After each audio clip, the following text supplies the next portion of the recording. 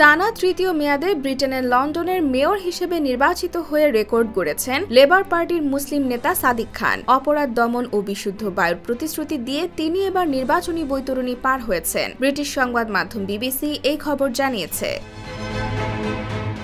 2016 সালে প্রথম লন্ডনের মেয়র হন পাকিস্তানি বংশোদ্ভূত মুসলিম ব্রিটিশ নাগরিক সাদিক খান। এরপর 2020 সালে দ্বিতীয় দফায় নির্বাচিত হন তিনি। 2024 সালের নির্বাচনেও জয়ের ধারা অব্যাহত রেখেছেন সাদিক খান। যদিও নির্বাচনে ভোট পড়েছে প্রায় 24 লাখের বেশি, যা মোট ভোটারের মাত্র 42.8%। 2021 সালের মেয়র নির্বাচনের তুলনায় এবার ভোটের সংখ্যা অনেক কম।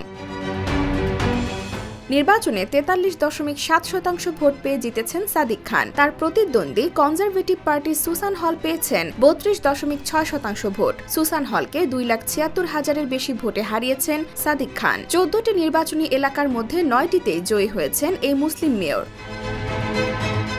বৃহস্পতিবার রাত 10টায় লন্ডনের মেয়র পদের নির্বাচনে ভোট গ্রহণ শেষ হয়েছিল। এরপর ভোট গণনা শুরু হয় শুক্রবার থেকে। স্থানীয় সময় আজ শনিবার বিকেল 4:30টা নাগাদ ফলাফল প্রকাশ করা হয়। প্রকাশিত ফলাফলে দেখা যায় সাদিক খানের প্রাপ্ত ভোট 10,88,225 এবং প্রতিদ্বন্দ্বী সুসান হলের ভোট সংখ্যা 8,11,518।